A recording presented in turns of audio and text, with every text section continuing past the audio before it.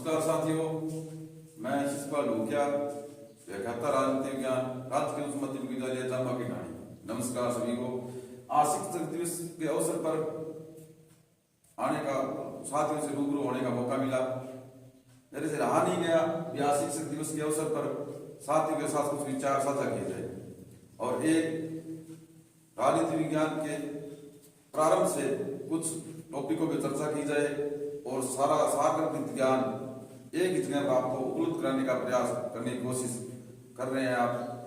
और बाकी विषयों का भी ज्ञान हमारे साथीगण व्याख्याता है जो अलग अलग विषयों का आपको रेगुलर रोजाना देते रहेंगे। तो इसी प्रारंभ में आपको सबसे पहले शिक्षक दिवस की हार्दिक शुभकामनाएं। आज 5 सितंबर को हम शिक्षक दिवस मना रहे हैं। तो शिक्षक दिवस मनाते हैं, लेकिन हमें पहले ये जानकारी होनी चाहिए शिक्षक दिवस क्यों मनाते हैं। शिक्षक दिवस दो रूप में मनाते हैं, एक तो राष्ट्रीय शिक्षक दिवस और एक अंतर्राष्ट्रीय शिक्षक दिवस। राष्ट्रीय शिक्षक दिवस अपने 5 सितंबर को मनाते हैं हर साल, जैसा आप जानते हो। क्यों मनाते हैं? क्योंकि हमारे पहले उपराष्ट्रपति और दूसरे राष्ट्रपति डॉक्टर सर्वपल्ली राधाकृष्णन जी का जन्म दिवस है।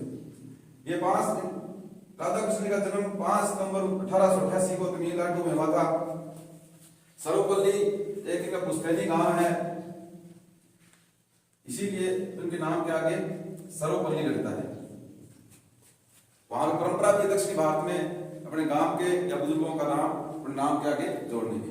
तो ये प्रारंभ ऐसे हुआ, इनके जो बहन थे या साथीगण थे तो वो हर साल 5 सितंबर को इनका जन्मदिवस मनाते थे, इनके पास आते थे। एक बार डॉक्टर राधाकृष्णन ने कहा, आप मेरा जन्मदिवस मत मनाया करो, आप मेरे जन्मदिवस को एक शिक्षक दिवस के रूप में मनाया करो। तभी से 5 सितंबर को शिक्षक दिवस मनाया जाने लगा। दूसरा है अंतर्राष्ट्रीय शिक्षक दिवस। अंतर्राष्ट्रीय शिक्षक दिवस मनाया जाता है 5 अक्टूबर को। इसी के पीछे भी एक कारण है। तो 5 अक्टूबर 1966 को पेरिस में एक पूरा शिक्षकों का सम्मेलन आयोजित होता है, जहां पे पूरे शिक्षकों से दुनिया भर के शिक्षक इकट्ठे होते हैं बहुत सारी मात्रा में। तो वहां पे क्या हुआ है, चर्चा होती है शिक्षकों में क्या समस्याएं हैं, भावी शिक्षक अच्छे से कैसे निर्माण कर सकते हैं, उनके लिए एक प्रोटोकॉल पूरा सिस्टम तैयार किया गया यहाँ पे। तो उसके बाद 5 अक्टूबर को हमेशा अंतर्राष्ट्रीय शिक्षक के रूप में मनाया जाने लगा। तो इसकी थीम थी, इसे एक एग्रीमेंट पे हस्ताक्षर होते हैं इसमें। उस एग्रीमेंट का नाम था teaching in freedom. Teaching in freedom, इस एग्रीमेंट पे हस्ताक्षर होते हैं पेरिस में 1966 में। उसके बाद 5 अक्टूबर को अंतर्राष्ट्रीय शिक्षक दिवस अपने मनाने लग गए। तो ये तो एक सामान्य जानकारी है। आज शिक्षक दिवस के अवसर पर चर्चा कर ली, राष्ट्रीय शिक्षक दिवस और अंतर्राष्ट्रीय शिक्षक दिवस। तो आज के बाद अपने भूलेंगे नहीं, 5 सितंबर तो अपने मालूम है जैसे राष्ट्रीय शिक्षक दिवस और अंतर्राष्ट्रीय शिक्षक दिवस 5 अक्टूबर को। तो इसके आगे कड़ी में अपने मुख्य टॉपिक पे आते हैं जो अपने स्टार्ट करते हैं अभी।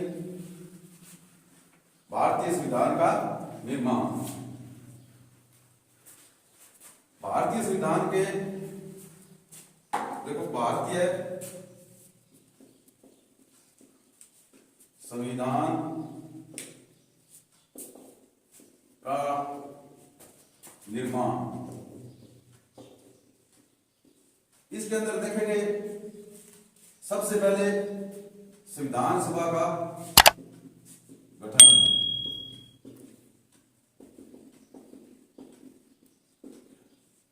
क्योंकि संविधान, किसी भी देश के संविधान के निर्माण के लिए एक संविधान सभा होना जरूरी है। संविधान सभा ही संविधान का निर्माण करती है। जैसे दुनिया की पहली संविधान सभा अपने फिलाडेल्फिया सम्मेलन को कहते हैं, जिसने अमेरिका का संविधान तैयार किया था। तो पहली संविधान सभा कहते हैं फिलाडेल्फिया सम्मेलन को, और अमेरिका के संविधान को आधुनिक लोकतंत्र का प्रथम संविधान कहते हैं। तो भारतीय संविधान सभा का गठन देखो, मांग तो समय समय पर चली आ रही थी आजादी के आंदोलन के दौरान भी भारत का संविधान भारतीय लोगों द्वारा तैयार किया जाएगा। गांधी जी की मांग की थी 1922 में, ये क्रम आगे चला। लेकिन मुख्य रूप से, व्यापक रूप से एक मांग की थी नेहरू रिपोर्ट में। नेहरू रिपोर्ट देखो, मई 1928 में बंबई में एक सर्वदलीय बम्बई में सर्वदलीय सम्मेलन का आयोजन किया जाता है।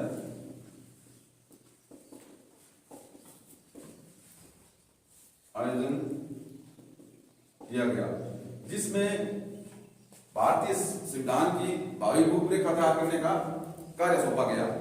इसके अध्यक्ष थे पंडित जवाहरलाल नेहरू के पिता श्री मोतीलाल नेहरू।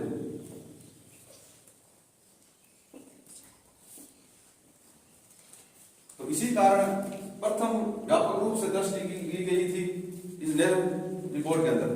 इसीलिए 10 अगस्त 1928 को रिपोर्ट पेश की गई।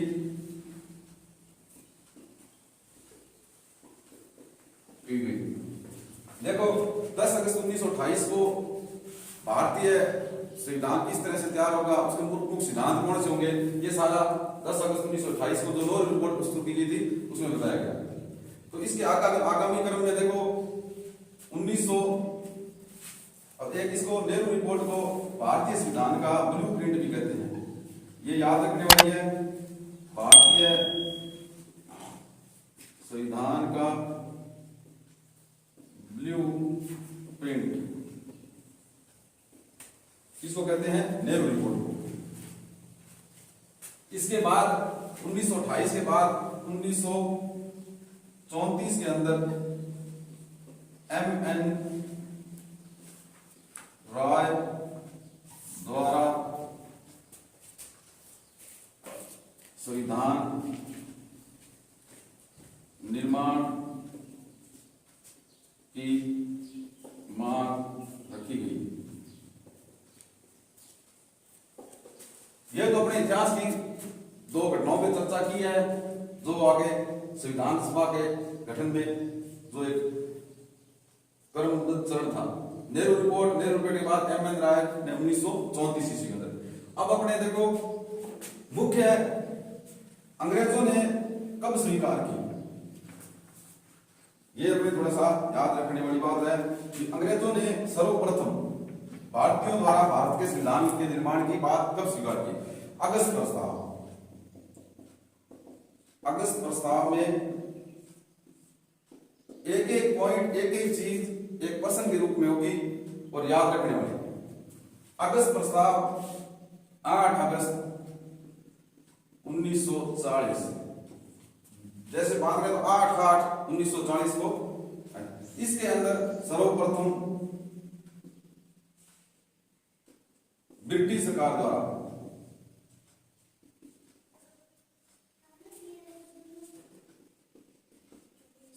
द्वारा संविधान सभा के गठन की बात स्वीकार की। इसके बाद देखो 1945 के अंदर, इसके बाद क्रिप्स मिशन भी आता है 1940 में। फिर 1945 के अंदर एक सर्वदलीय सम्मेलन होता है संविधान सभा गठन को लेकर ही शिमला के अंदर, जो मुस्लिम लीग की जिद के कारण असफल हो जाता है और उधर ब्रिटेन के अंदर लेबर पार्टी की सरकार आ जाती है। इसमें प्रधानमंत्री क्लेमेंट एटली, तो इसी और इधर भारत के अंदर राजनीतिक गतिरोध चल रहा था और इस गतिरोध को दूर करने के लिए ब्रिटिश सरकार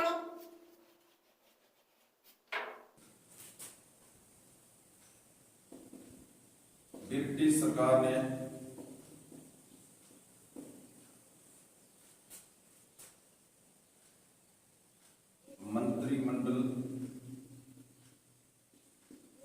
मंत्रिमंडलीय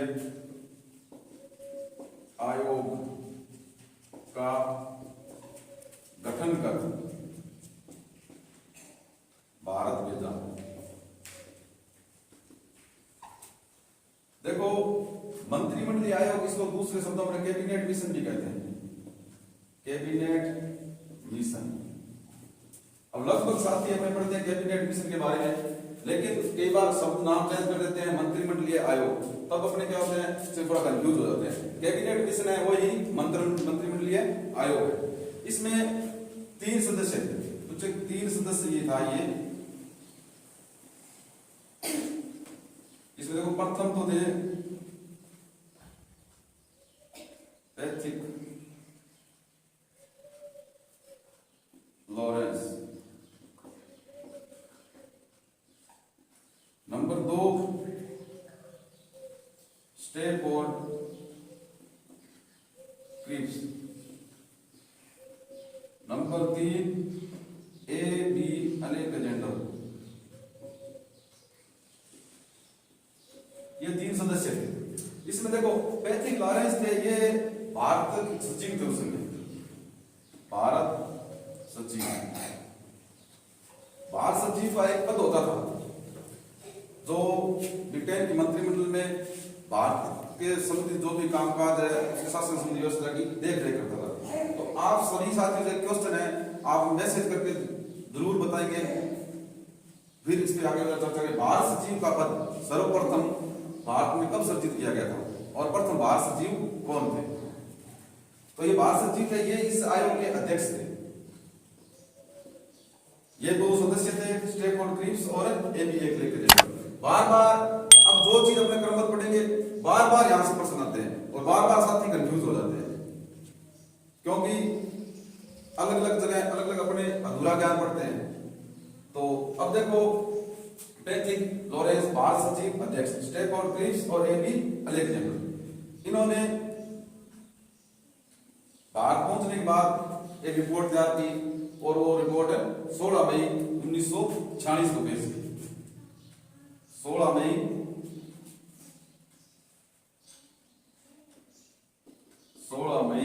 1946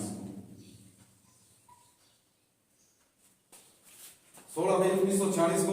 तो साथियों यहां तक अपने अध्ययन किया विधानसभा गठन, ब्रिटिश सरकार ने एक मंत्रिमंडलीय आयोग भारत भेजा जो जनवरी में पहुंचा और कैबिनेट मिशन भी कहते हैं इसको। इसे 30 सदस्य था। ये सीधा सा प्रश्न आता है, मंत्रिमंडलीय आयोग या कैबिनेट मिशन कितने सदस्य थे? 3 सदस्य थे, पैथिक लॉरेंस, स्टैफोर्ड क्रिप्स और A.B. अलेक्जेंडर, और एक पैथिक लॉरेंस इसके अध्यक्ष थे। इन्होंने अपनी योजना या रिपोर्ट 16 मई 1946 को पेश की। उसमें मुख्य प्रावधान क्या क्या थे उन पर चर्चा करना जरूरी है। देखो कैबिनेट मिशन,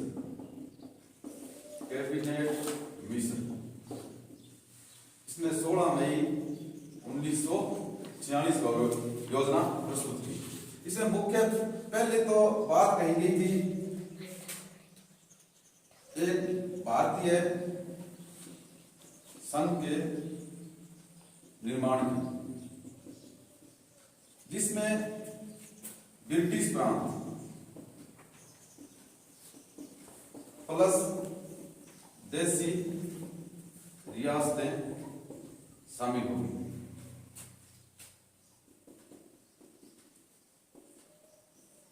देखो उस समय ब्रिटिश प्रांत वो थे, उन प्रांतों के ऊपर डायरेक्ट अंग्रेजों का अधिकार था, उनकी शासन व्यवस्था देख रेख सारी अंग्रेजों के हाथ में थी। और देसी रियासतें थी जिनके ऊपर रजवाड़े थे या राजा थे, वो सब अपना इनकी देख रेख के अंदर कार्य कर रहे थे, लेकिन शासन वो अपना संचालित कर रहे थे। तो ब्रिटिश प्रांत और देसी रियासतें मिलकर भारतीय संघ का निर्माण करेंगे। तो इसके लिए एक संविधान सभा के गठन का भी प्रावधान रखा गया। संविधान सभा के गठन का प्रावधान,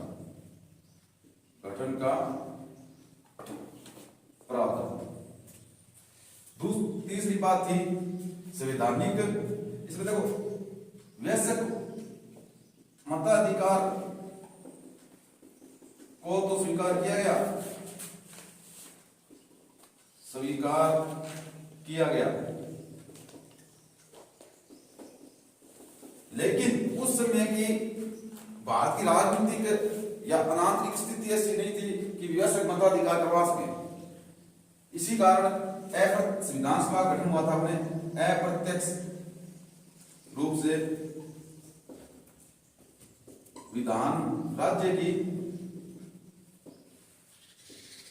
राज्य के विधानमंडलों द्वारा।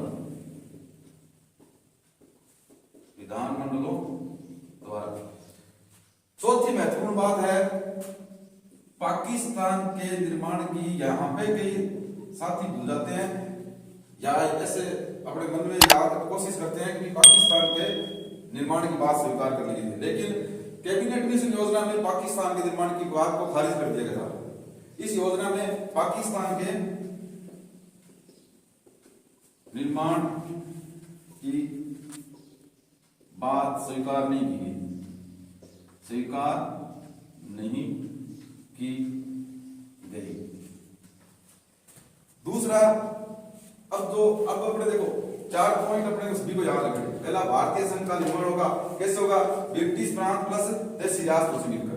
तो संविधान सभा के गठन का प्रावधान। अब इसी को, इस टॉपिक को अपने विस्तृत पढ़ेगा ही। वैसे मताधिकार को स्वीकार तो किया गया, लेकिन उस समय की भारतीय परिस्थितियां ऐसी नहीं थी कि संविधान सभा का गठन वैसे मताधिकार कर सके।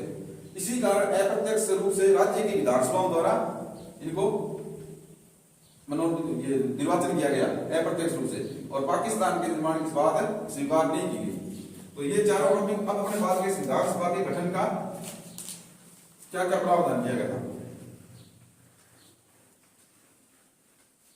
देखो गठन, इसमें योजना के अंदर था कुल 389 सदस्य होंगे, 389।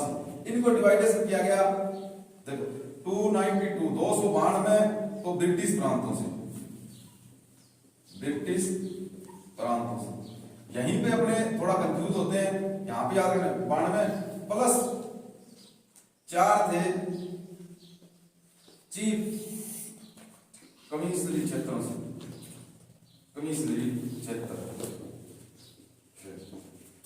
और 93 थे देशी रियासत। अब देखो यहाँ पे कभी बुद्धि लगे या याद रखने तो इनको जोड़ लगा के देखिए, तो टोटल योग इनका होना चाहिए 389। तो 292 ब्रिटिश प्रांतों से और 4 चीफ कमिश्नरी क्षेत्रों से और 93 या 93 देशी रियासतों से निर्वाचित होना था। अब कई बार ये क्वेश्चन आ जाता है कि क्या संविधान सभा निर्वाचित थी या मनोनीत थी? इस पर अपने चर्चा कर लेते हैं। देखो 292 सदस्यों और 296 सदस्यों का तो निर्वाचन हुआ था विधानमंडलों द्वारा,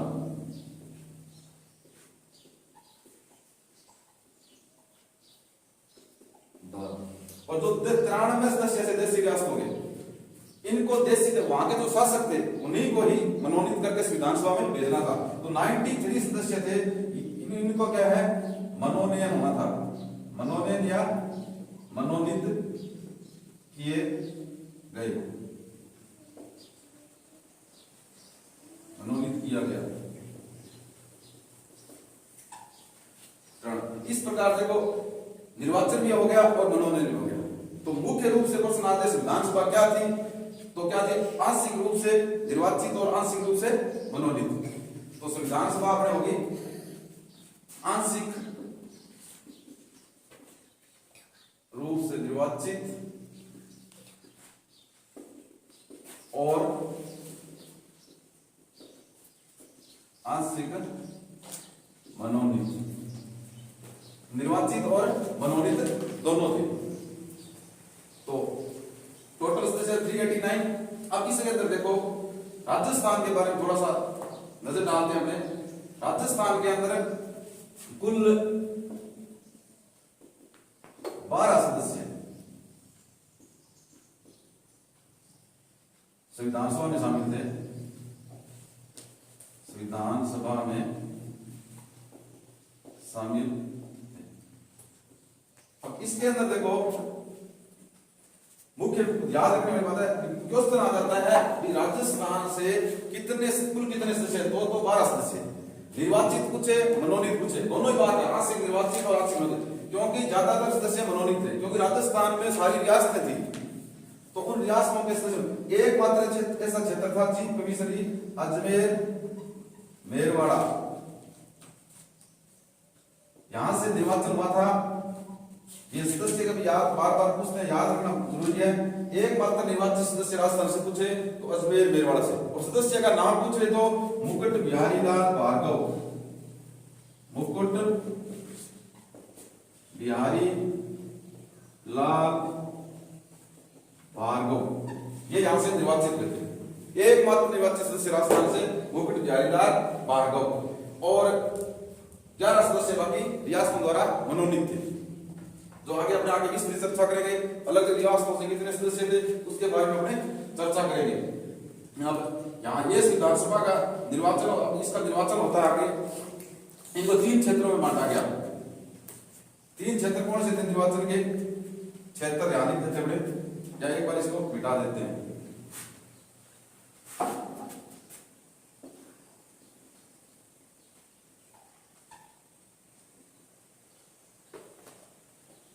मुस्लिम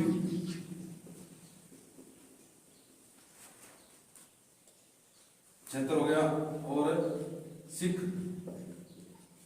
मुस्लिम, सिख और सामान्य।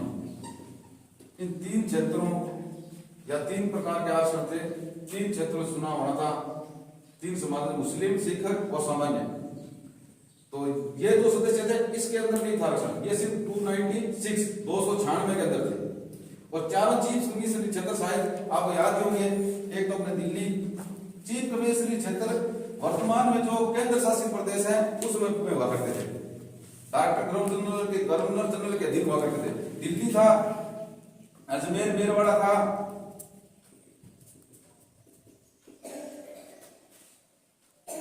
एक कर्नाटक में वर्तमान में कुर्ग, और पाकिस्तान में चला गया बलूचिस्तान।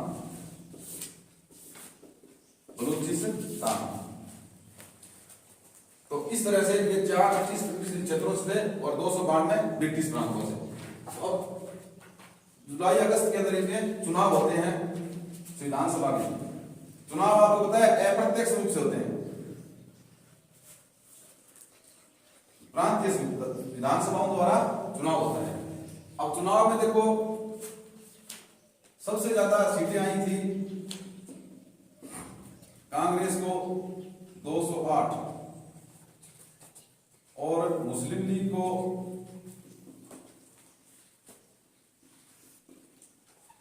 73, और अन्य इसके अंदर निर्दलीय बाकी पार्टियां सब शामिल थे, अन्य 15।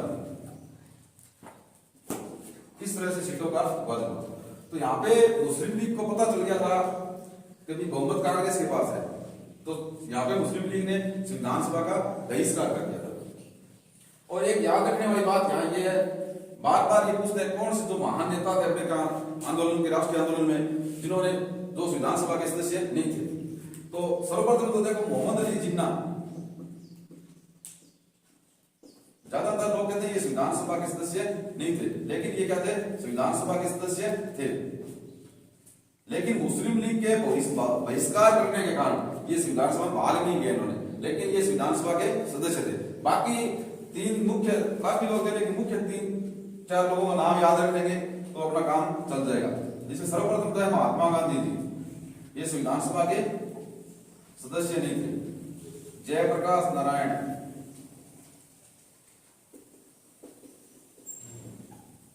और सर